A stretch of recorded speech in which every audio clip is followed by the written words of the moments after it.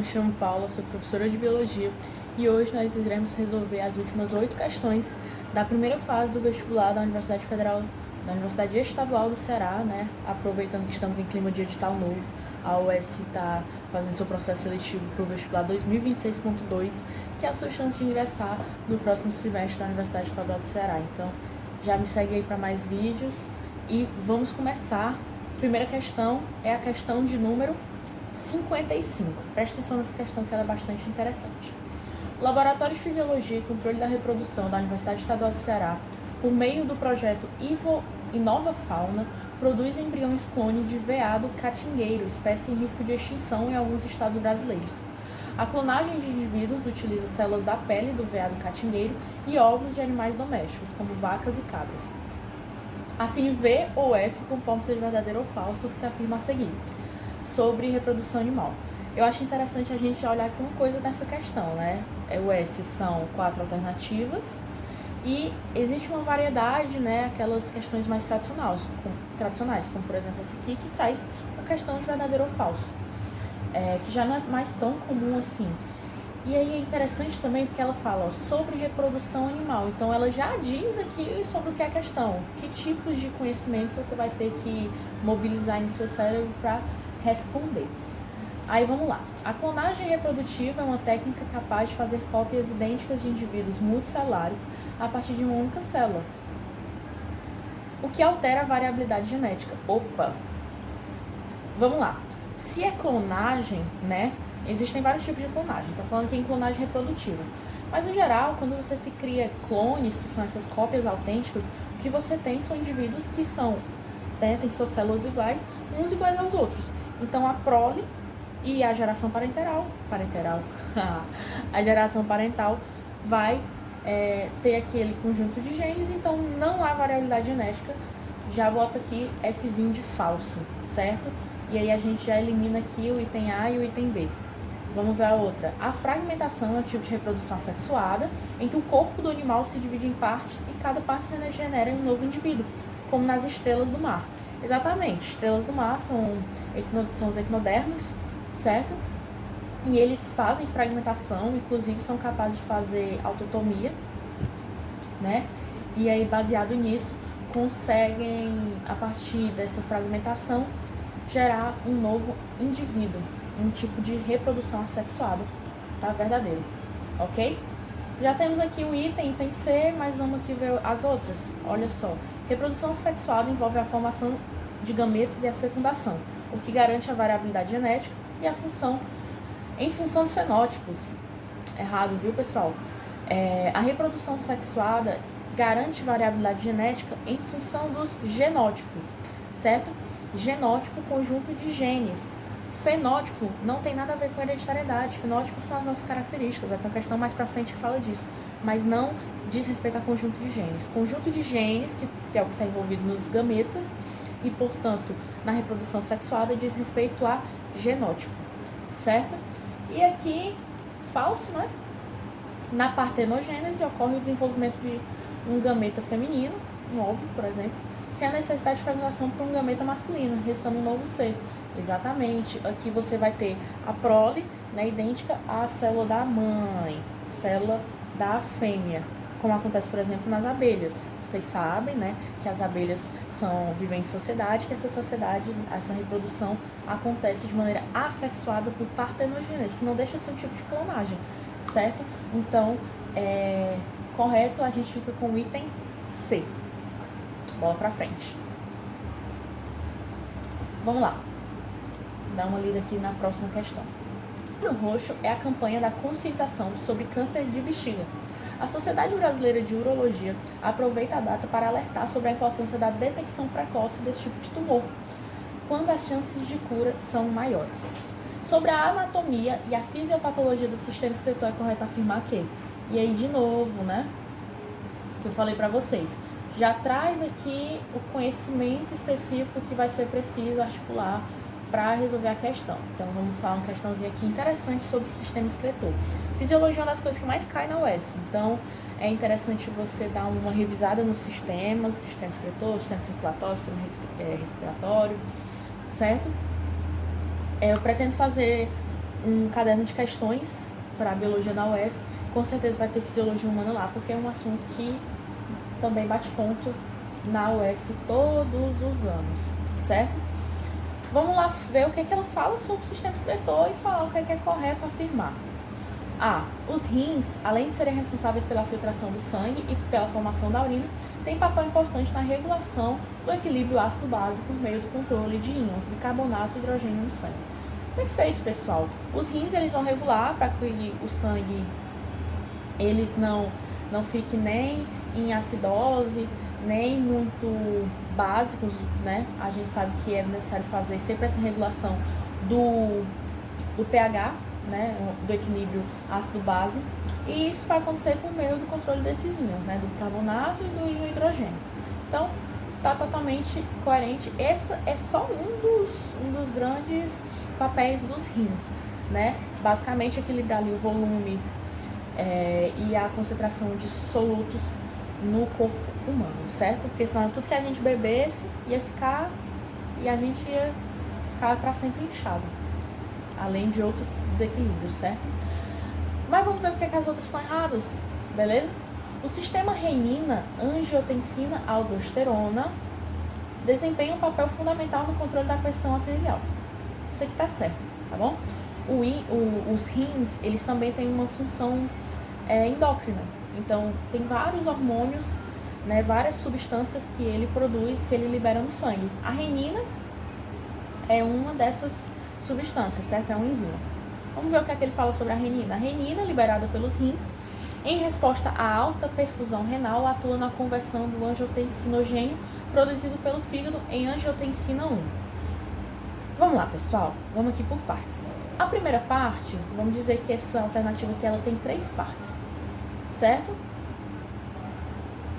A primeira parte está certa. O sistema renina, angiotensina, aldosterona é fundamental no controle da pressão arterial, e essa renina aqui, ela é produzida lá nos rins. Isso está correto. Mas essa segunda parte, ela está totalmente inadequada. Porque a terceira, ela diz assim, que a renina, ela atua na conversão do angiotensinogênio, produzido pelo fígado, em angiotensina 1. Isso realmente acontece. O que é que consiste esse sistema renina, angiotensina, aldosterona? Vou botar uma imagem aí, mas vou falar aqui para vocês. Basicamente, quando você tem uma pressão baixa, o corpo ele vai querer equilibrar essa pressão, né? Essa pressão arterial. E aí, os rins, eles vão secretar essa enzima, a renina, que por sua vez vai ser responsável por entrar em contato com uma outra, com essa substância produzida pelo fígado, que também elas vão se encontrar no sangue. E esse angiotensinogênio, ele vai ser responsável por sofrer a degradação dessa enzima, a renina vai degradar esse angiotensinogênio. Isso vai liberar esse hormônio, angiotensina 1. Só que a angiotensina 1, pessoal, ela é inativa. E aí ela vai entrar em contato com a ECA, certo? A enzima conversora de angiotensina. E aí vai ser convertida, por sua vez, em angiotensina 2, que é ativa, liberada, e vai acontecer uma série de reações graças a essa enzima que vão fazer essa pressão subir, como por exemplo a liberação do ADH. Então, isso só acontece, esse sistema renina, angiotensina, aldosterona, que é outro que só vai ser liberado por causa da liberação da renina ali junto com o ADH, isso só vai acontecer porque a pressão está baixa. É por isso que essa segunda parte aqui está errada, porque diz assim, ó, que a renina é liberada pelos rins em resposta à alta perfusão renal. Aí você tem que saber assim, o que é perfusão renal? Perfusão renal é a quantidade de sangue que entra nos rins. Então, se você tem uma alta perfusão renal, você consequentemente tem uma alta pressão arterial, né? Porque o sangue estaria circulando mais. Mas não é isso que faz com que a renina ela seja liberada e ative toda essa cascata. Não. O que faz a renina ser liberada é a baixa pressão arterial. Então, a baixa pressão arterial vai influenciar esse sistema, certo? Esse sistema é influenciado por uma baixa pressão arterial. Então, por isso aqui esse item tá errado, certo? Paula, se tivesse assim, liberado pelos rins em resposta a uma baixa perfusão renal, estaria totalmente certo, porque o resto tá certo. Mas está errado, então a gente tem que tirar esse item, certo? A uretra, um tubo membranoso que apresenta diferenças anatômicas entre homens e mulheres, é responsável por transportar a urina dos rins diretamente para a bexiga. Produção, a foto aí do sistema excretor, por favor. Quem leva a urina, né? A urina que é responsável por eliminar os metabólitos que a gente não está interessado, como por exemplo a ureia, dos rins para a bexiga, são os uréteres. Lembra? Rins plural, uréteres plural, bexiga singular, uretra singular. Certo? Então tá errado, porque não é ela que faz esse transporte. Então tá errado. Imagem aí diz por si só. A bexiga com capacidade de armazenar em média 1 litro. Gente, 1 litro. Não, né? Por favor. Talvez se você fosse gigantesco, mas ainda assim não. Está conectado ao sistema nervoso por meio de reflexos medulares que regulam tanto, sim, esses reflexos medulares, porque vem da medula, tá bom? Regulam tanto o esfíncter interno quanto o externo. Ambos involuntários, olha aqui, segundo erro, certo? Gente, como que o esfíncter externo, ele vai ser involuntário se a gente controla, né? Existem disfunções que a gente perde? Existe. Mas, funcionalmente, esse esfíncter, ele é voluntário, certo? Senão a gente não conseguiria segurar o xixi. Então, itemzinho A, bola pra frente. Aqui, questão 57. Em um avanço histórico, tá, contadorzinho aqui, a laser. Em um avanço histórico na pesquisa médica, o Brasil produziu uma vacina inovadora contra a Covid-19, que utiliza a tecnologia do RNA mensageiro desenvolvida pela Fundação Oswaldo Cruz. A tecnologia de RNA mensageiro é vista como uma revolução na medicina, pois além de ter mostrado eficaz no combate à Covid-19, apresenta-se como tecnologia potencialmente mais segura, rápida e eficaz para o desenvolvimento de novas vacinas e tratamentos. No que diz respeito às vacinas de RNA mensageiro, assinale a afirmação verdadeira. Vamos lá, a questão aqui vai falar sobre vacinas de RNA mensageiro. Né? Teve bastante sobre vacinas no nosso último vídeo, que foi sobre microbiologia. Achando pouco, a UES aqui trouxe também vacinas para a sua prova. Vamos ver o que é que está falando lá sobre as vacinas de RNA mensageiro. Estão dizendo que são menos eficientes em indivíduos imunocomprometidos, pois seu mecanismo de ação depende da capacidade do sistema imunológico em responder a antígenos, o que é prejudicada pela imunossupressão. Pessoal, esse é um tipo de alternativa que você elimina só por vivência. Quais que eram os grupos prioritários na pandemia? A gente tinha de grupos prioritários na pandemia idosos e imunossuprimidos. Indivíduos idosos, eles já têm um processo que a gente chama de imunossenescência, células do sistema imunológico mais velhas, portanto mais deficitárias da produção de anticorpos, certo? Indivíduos imunodeficientes, também a gente vai ter aí pessoas que têm essa dificuldade. Só que isso não está relacionado só às vacinas de RNA mensageiro, é qualquer vacina. Seja a tecnologia da vacina que você está usando, você vai ter esses grupos prioritários, independente, certo? Então, essa questão, esse imunocomprometimento, ele pode sim afetar a eficácia da vacina, provavelmente vai, mas falar que uma vacina de RNA mensageiro é menos eficiente por isso, não tá certo, ok? Então, pode eliminar isso, que poderia ser com qualquer tipo de tecnologia de produção de vacinas. Vamos lá para o item B. O RNA mensageiro das vacinas é convertido em DNA dentro das células, o que permite que o material genético do vírus se integre ao genoma humano, resultando em uma imunidade mais duradoura. Não, totalmente inadequado. Olha aqui o que é que ele está dizendo. Vocês lembram do dogma central da biologia molecular? Interessante, porque na UES também cai muita biologia molecular. Pessoal, o dogma central da biologia molecular diz que um DNA ele é transcrito em um RNA e esse RNA é traduzido em uma proteína, certo? Pensando nisso, a tecnologia das vacinas de RNA mensageiro querem essa parte final, certo? Você dizer que o RNA das vacinas vai ser convertido em DNA na nossa célula, primeiro você está dizendo que a gente tem uma enzima chamada transcriptase reversa, que é capaz de fazer essa parte reversa, pegar um RNA e transformar em DNA. Nós não fazemos isso. A galera que faz isso aí são os vírus, nós não conseguimos.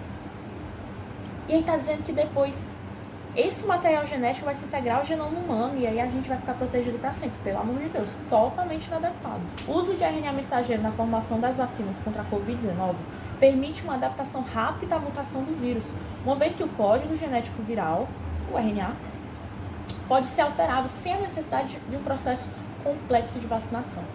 Exatamente isso, certo?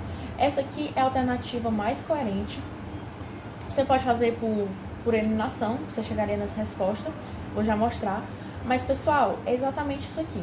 Uma vacina de RNA mensageiro, você tendo o código genético do vírus e você conhecendo o código genético da mutação, você consegue fazer uma adaptação muito mais rápida, uma resposta muito mais rápida, além de você ter uma especificidade da vacina muito maior. Então, você elimina esses processos complexos de fabricação, como, por exemplo, o cultivo. Se você não está ligado como funciona o processo de fabricação de uma vacina, se você não está ligado o que é esse cultivo celular e quais as vantagens de não ter que cultivar um vírus, você precisa assistir o último vídeo do canal, que foi sobre microbiologia do Enem, certo? Ficamos aqui com o item C, alternativa C. E aí, falei que dá pra fazer por eliminação, porque olha aqui, as vacinas de RNA mensageiro requerem temperatura extremamente baixa para garantir sua estabilidade. Isso que era muito real no começo, né, da pandemia. Foi um grande problema até para essas vacinas chegarem em lugares mais pobres. Uma vez aplicadas, oferecem proteção duradoura, dispensando reforços. Dispensando reforços, de novo, pessoal, conhecimento aqui de vida. Todo mundo aqui tomou as várias doses, 4, 5 doses no esquema vacinal para Covid-19. Então, totalmente inadequado. Bola para frente. Alternativa C de certo.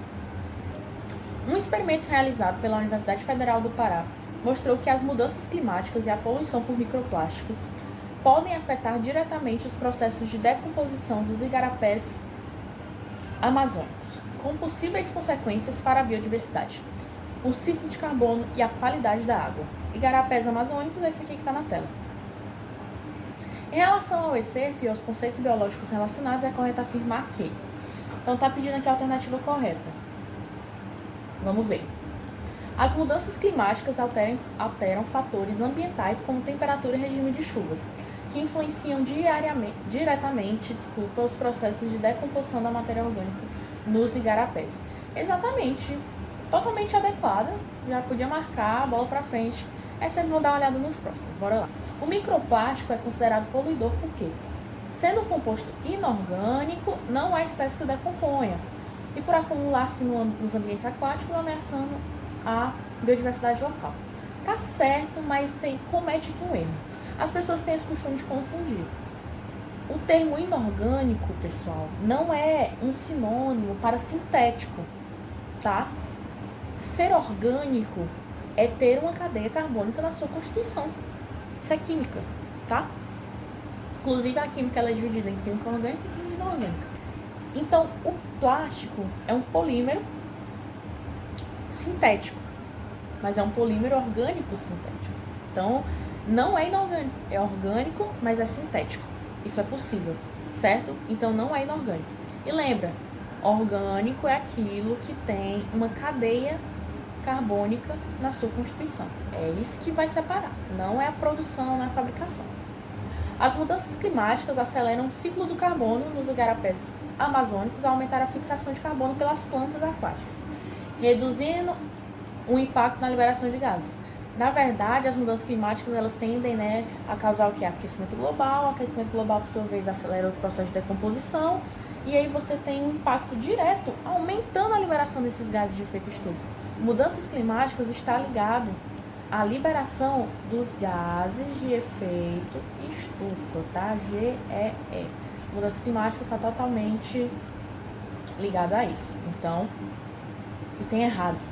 As mudanças climáticas e a poluição por microplásticos aumentam a disponibilidade de nutrientes essenciais para os organismos aquáticos e o pH da água, melhorando sua qualidade.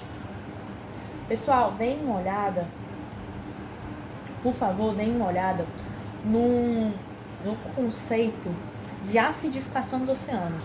O Enem já cobrou, cai muito vestibular. Com o aquecimento global causado pelas mudanças climáticas, vai um aquecimento global do planeta. E aí você tem aumentando cada vez mais a acidificação dos oceanos, por causa da formação de ácido carbônico, né? Justamente por causa da liberação desses gases de efeito estufa, como o CO2. E aí acidifica esse oceano. E aí as espécies que precisam desse carbono para, por exemplo, se calcificarem, certo? O que é que acontece com elas? Não tem essa disponibilidade de carbono. Então isso prejudica essa galera aqui, ó, organismos aquáticos. Melhorando sua qualidade de vida? Não. Melhorando a qualidade da água? Não. Acidificando ela, gerando impactos diretos naquele ecossistema aquático. Então, tem um impacto no pH da água, totalmente errado isso aqui, certo? Olha só, vamos lá, questão 59. Com base nas propriedades bioquímicas da água, é correto afirmar que essa substância orgânica é essencial para os organismos. Tá. Tem um erro aqui conceitual, mas vamos fingir que não existiu, certo? Propriedades bioquímicas da água é o tema dessa questão. Não sei nem se ela não foi anulada, mas eu acho que não foi anulado não. Normalmente eu só vou... Eu pego as questões, né? Eu pego a prova, resolvo, trago, mas acabo não vendo os desdobramentos, certo? Depois vocês colocam aí nos comentários se esse item aqui foi anulado. Vamos lá falar sobre as propriedades bioquímicas da água. É um solvente apolar, pessoal. Por favor. Estrutura da água, tá aí na tela, certo? A água, ela é um solvente universal, muito presente em diversas reações químicas, mas é um solvente polar, certo? Existe uma polaridade na molécula da água, causada pela estrutura química dela. Se ela fosse apolar, realmente facilitaria a dissolução de lipídios, mas lembra, água e óleo não se misturam, porque o óleo, que é um lipídio, é apolar e a água é polar.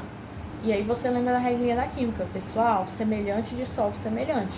Polar dissolve polar e apolar dissolve apolar. Por isso, então, água é polar. Tá errada essa aqui. Tem alta capacidade térmica, o que é importante para manter a estabilidade térmica desses organismos. Exatamente. A água, você precisa de uma temperatura legal para você conseguir fazer uma alteração térmica na temperatura da água. Então, isso faz com que os micro-organismos usem a água para manter a estabilidade térmica deles. Exatamente, manter a sua temperatura. Então, a gente sua, essas coisas aí que a gente aprende lá na escola. A água não participa diretamente de reações bioquímicas, pessoal. Essa aqui se relaciona. Que tá falando aqui, ó, não é utilizando em reações de hidrólise. Pessoal, óbvio que a reação de hidrólise, ela usa a água, certo? Então, a reação de hidrólise, ela necessita de água, então a água participa desse processo, então ela participa de reações bioquímicas super importantes, certo? Então, a gente fica com o item B de bola toda. Questão 65. Analise as seguintes proposições sobre conceitos genéticos. Eu falei que havia uma questão de fenótipo e genótipo. Fenótipo é a manifestação observável das características de um organismo, o que resulta da interação de seus genes e o ambiente. Isso aqui é importante lembrar, tá? Muita gente acha que fenótipo, características externas, e genótipo, o que vem de dentro. Mas o fenótipo, ele está muito associado a características do ambiente que a pessoa está, certo? Então, é necessário que vocês prestem atenção nisso, tá? Verdadeiro. O fenótipo é resultado da interação entre genes e ambiente. Genótipo é a constituição gênica de um organismo, o conjunto de todos os seus genes. Perfeito, pessoal? Esse é o conceito de genótipo. Os genes alelos são pares de genes que ocupam o mesmo locus em cromossomos homólogos e determinam variantes para um mesmo caráter. Pessoal, olha a imagem que eu vou colocar aí, certo? Os genes alelos, eles vão ser versões de genes que vão estar no mesmo lugar, certo? Isso aqui, ó, locus, é lugar. O lugar do cromossomo é chamado de locus, certo? Então, os alelos, eles vão formar pares, porque eles são duas versões daquele gene. Um no cromossomo e o outro no outro, porque os homólogos, eles estão ali juntos, certo? Mas vão determinar variantes para o mesmo caráter. Isso significa o quê? Se você tem uma variante, por exemplo, o famoso exemplo da cor dos olhos, né? Você tem a mesma característica, tecnicamente é determinado pelo mesmo gene, mas esse gene ele pode ter diferentes alelos, ou seja, diferentes versões. Palavra alelo, né? Você coloca aí versões, palavrinha-chave para aprender, e aí você consegue resolver essa questão. Tá certo também, ok? Os alelos, eles estão em pares de genes e vão ocupar o mesmo locus num cromossomo homólogo. Homólogo duplinha, certo? Como eu mostrei na imagem. Correto? As 3 são corretas e tem A de aprovação. Bola pra frente. Questão 61. Vamos lá, pessoal. A mucopolissacaridose. Opa, deixa eu botar aqui no apontador. A mucopolissacaridose é uma doença que não tem cura, mas pode ser controlada. Pertencente ao grupo de doenças conhecidas como erros inatos do metabolismo, tem foco principal nos lisossomos. Afeta cerca de 1 em cada 25 mil pessoas e provoca problemas em diversos órgãos e sistemas, além de comprometer funções cognitivas. Essa patologia ocorre primariamente devido a alterações em... Então vamos lá. É uma questão que traz uma patologia bem específica. A UES costuma fazer isso, certo? Trazer umas condições.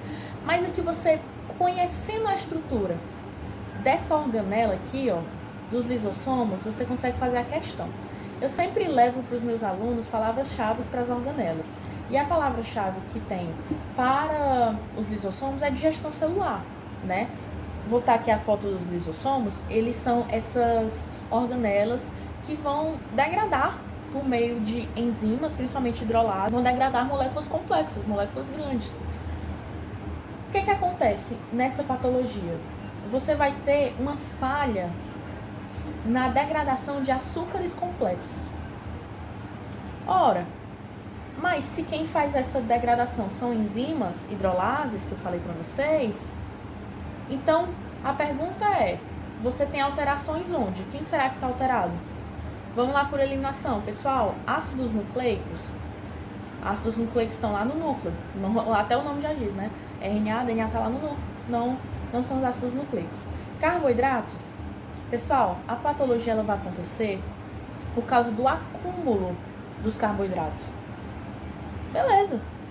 Mas a falha não é no carboidrato. É na degradação dele. Então a falha não é nele, é em quem degradaria ele, certo? Então não são os carboidratos. Embora os carboidratos, os grandes açúcares, eles se acumulem nos tecidos e levem a todas as alterações dessa condição, não é o carboidrato em si que é o problema da doença. Então aqui você vai ter nessa patologia alterações nas enzimas. Paula, mas eu não conheço essa doença, como é que eu ia fazer essa questão?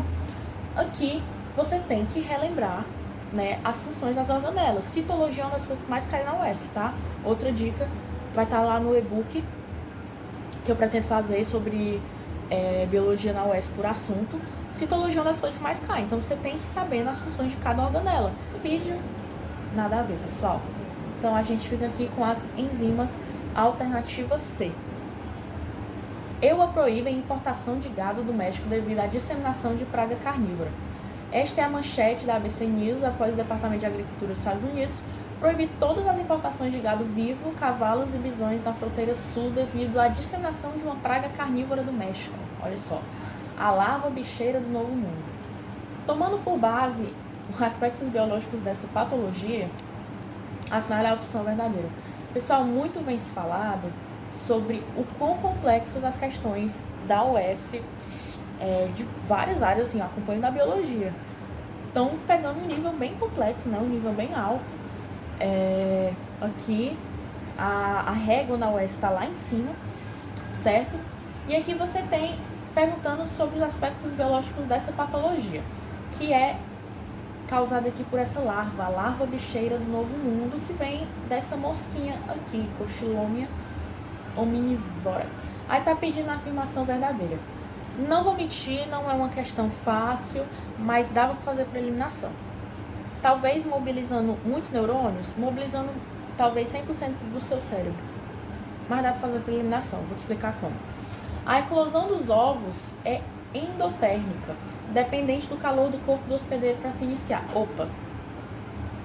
Pessoal, tá falando que a eclosão dos ovos é endotérmica. O que é uma coisa endotérmica? Pensando aqui em termorregulação. Na termorregulação a gente tem duas maneiras. A gente tem a termorregulação endotérmica, quando vem do próprio metabolismo do organismo, e você tem a termorregulação ectotérmica, quando você usa fatores ambientais para regular sua própria temperatura. Nós, mamíferos, somos endotérmicos. Nós não dependemos, né, não somos animais de sangue frio, tipo calango, que tem que ficar lá na parede pegando sol para controlar a temperatura, certo? Como é que a larva, eclosão dos ovos, é endotérmica e depende do hospedeiro? Se o hospedeiro é o ambiente, a larva ou os ovos estão lá no hospedeiro, o hospedeiro é o ambiente delas. Se depende dele, é ectotérmico. Então, tá errada essa alternativa, porque usou mal aqui o termo endotérmico. O certo aqui seria falar em ectotérmico, beleza? Alternativa B. O desenvolvimento larval ocorre em hospedeiros invertebrados. Sim, né? Utilizando feridas abertas apenas como local de oviposição para que as larvas se dispersem no ambiente e encontrem seu hospedeiro final. Questão bastante interessante mesmo. Vamos guardar essa alternativa aqui e vamos ver por que as outras você eliminaria. Tá falando que essa larva secreta enzimas proteolíticas específicas que liquefazem o tecido vivo do hospedeiro. Tá certo até aqui, porque realmente é uma doença que infecta o tecido vivo, né? Até fala aqui, importação de gado vivo, é uma praga carnívora que dá nesses animais quando eles ainda estão vivos, certo? Permitindo que as larvas se aprofundem na musculatura, causando infestação progressiva e invasiva. Uma característica ausente em espécies miásicas secundárias. Meu Deus, miásicas, como assim? Pessoal, presta atenção. A bicheira, ela tem esse nome de miase. Miase e bicheira é a mesma coisa. Existem dois tipos de miase, tá? A miase primária, a miase secundária. Na miase primária, a larva, ela vai pegar um tecido que está íntegro, por exemplo, a pele íntegra, e vai começar a degradar, usando enzimas proteolíticas. Na miase secundária, você vai ter uma ferida, que é o caso aqui, porque o item B está certo. Então, é uma ferida. E aí, na miase secundária, vai ter essa infecção dessa ferida por essas larvas. Elas vão comer ali aquelas feridas. Mas como?